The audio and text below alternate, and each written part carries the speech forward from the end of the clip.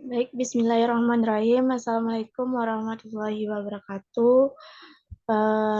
Terima kasih kami ucapkan kepada Ibu dan rekan-rekan semua yang telah mengizinkan kami untuk mempresentasikan PPT kami pada hari ini. Baik, sebelum memulai presentasi, mari kita sama-sama mengucapkan Bismillahirrahmanirrahim. Baik, tanpa memperlama waktu, langsung saja ke inti acara, yaitu presentasi PPT kita pada hari ini yang berjudul paragraf.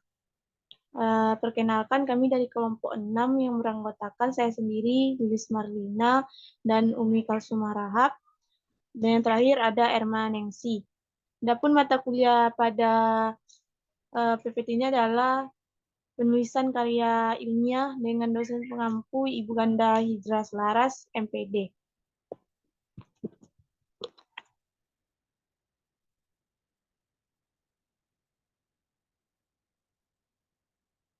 Baik, adapun sub-sub pembagian dari paragraf ini, yang pertama yaitu pengertian paragraf, kedua unsur-unsur paragraf, ketiga ciri paragraf yang baik, empat jenis-jenis paragraf, lima pola pengembangan paragraf, dan yang keenam transisi.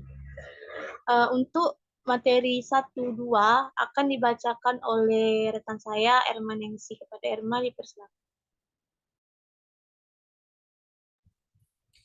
Baik, terima kasih atas kesempatannya.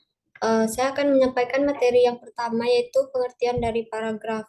Paragraf adalah seperangkat atau sekelompok kalimat yang tersusun dari satu kalimat pokok dan beberapa kalimat penjelas.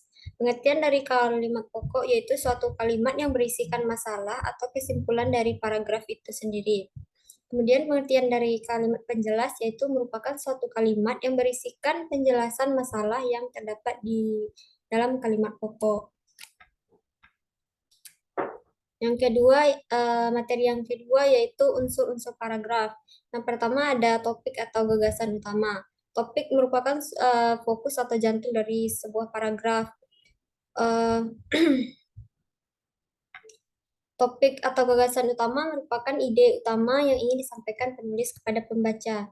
Yang kedua yaitu kalimat utama. Kalimat utama berisi gagasan utama yang diletakkan secara tersurat pada awal atau akhir paragraf. Yang ketiga yaitu kalimat penjelas atau kalimat pendukung. Kalimat pendukung berfungsi untuk mengembangkan dan memperkuat gagasan yang disampaikan pada kalimat utama. Kalimat penjelas bisa berupa data pelengkap seperti opini, fakta, atau data yang valid. Yang terakhir yaitu konjungsi, adalah kata sambung atau kata penghubung. Konjungsi dalam bahasa Indonesia ada dua jenis, yaitu konjungsi intra-kalimat dan konjungsi antar kalimat. Sekian materi dari saya kembalikan kepada moderator.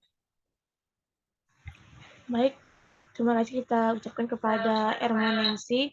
Selanjutnya materi 3 dan 4 yaitu tentang ciri paragraf yang baik dan pembagian paragraf yang akan dijelaskan oleh rekan saya Umi Kalsuma Rahab. Kepada Umi Kalsuma Rahab, dipersilakan. Baik, terima kasih saya ucapkan kepada moderator. Selanjutnya itu ciri paragraf yang baik. Ciri-ciri paragraf yang baik diantaranya sebagai berikut. Yang pertama yaitu kalimat awalnya terletak agak ke dalam 5 ketukan spasi untuk jenis karangan yang biasa. Yang kedua, paragraf memakai pikiran utama yang dinyatakan dalam kalimat topik. Yang ketiga, setiap paragraf memakai sebuah kalimat topik, juga selebihnya merupakan kalimat pengembang yang mempunyai fungsi menjelaskan, menguraikan, ataupun menerangkan pikiran utama yang terdapat dalam kalimat topik tersebut. Yang terakhir yaitu paragraf memakai pikiran penjelas yang dinyatakan dalam kalimat penjelas.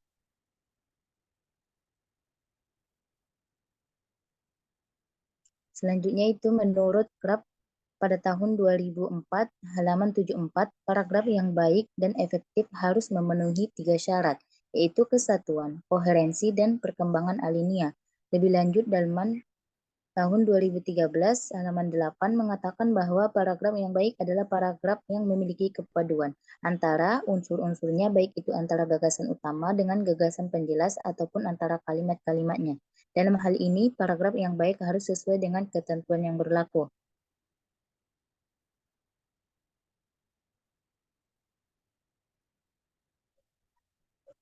Selanjutnya yaitu jenis-jenis paragraf. Jenis-jenis paragraf yang pertama yaitu deskriptif. Paragraf deskriptif adalah sebuah tulisan atau karangan yang menggambarkan suatu objek berdasarkan hasil pengamatan, perasaan, dan pengalaman penulisnya. Selanjutnya yaitu ada paragraf naratif. Dalam paragraf jenis ini, penulis akan menulis suatu kejadian dari awal hingga akhir kejadian berdasarkan urutan waktunya. Selanjutnya itu ada paragraf argumentatif. Adalah paragraf yang berisi argumen yang bertujuan untuk meyakinkan orang lain bahwa ide, gagasan, dan pendapat yang dipaparkan adalah benar adanya dan terbukti nyata. Selanjutnya itu ada paragraf ekspositif, adalah paragraf yang bertujuan memaparkan, menyampaikan informasi, menjelaskan, dan juga menerangkan suatu topik kepada orang lain. Selanjutnya ada paragraf persuasif, adalah sebuah paragraf yang berisi pernyataan untuk mendorong atau mengajak seseorang untuk mengikuti keinginan penulis. Teks persuasif ini cenderung bersifat promosi karena adanya upaya mengajak pembaca. Sekian dari saya kembalikan kepada moderator. Oke, baik. Terima kasih kepada Umi Kausuma Rahab untuk materi terakhir, itu tentang pola pengembangan paragraf akan saya jelaskan.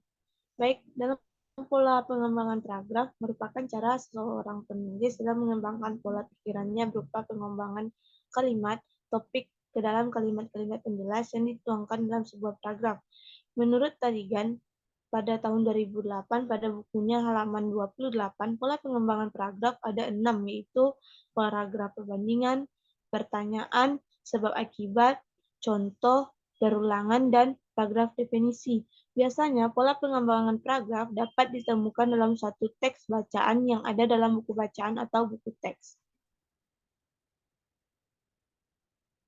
Nah, selanjutnya materi tentang transisi. Kata transisi merupakan kata penghubung antar kalimat. Tambahan seperti lebih lagi, tambah pula, di samping itu. Sedangkan contoh kalimat transisi pertentangan, contohnya akan tetapi, bagaimanapun, atau sebaiknya. Dan contoh kata transisi perbandingan, contohnya adalah sebagaimana dalam hal yang demikian. Dan selanjutnya adalah akibat atau hasil. Contoh kalimatnya adalah sebab itu, oleh sebab itu, dan jadi. Selanjutnya tujuan. Contohnya adalah untuk itu, untuk maksud itu, dan supaya. Selanjutnya waktu. Contohnya adalah sementara itu, kemarin, dan segera. Yang terakhir yaitu tempat. Contohnya adalah di sana, berikatan dengan, dan berdampingan dengan.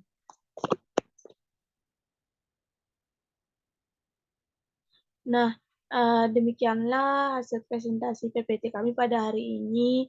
Berikut kami lampirkan daftar pustaka dari PPT kami. Jika ada salah dan janggal, kami mohon maaf. Dan kami mengharapkan kritik dan saran dari rekan-rekan semua beserta tambahan materinya. Untuk perhatiannya kami ucapkan terima kasih. Saya sebagai moderator mau pamit undur diri. Wassalamualaikum warahmatullahi wabarakatuh.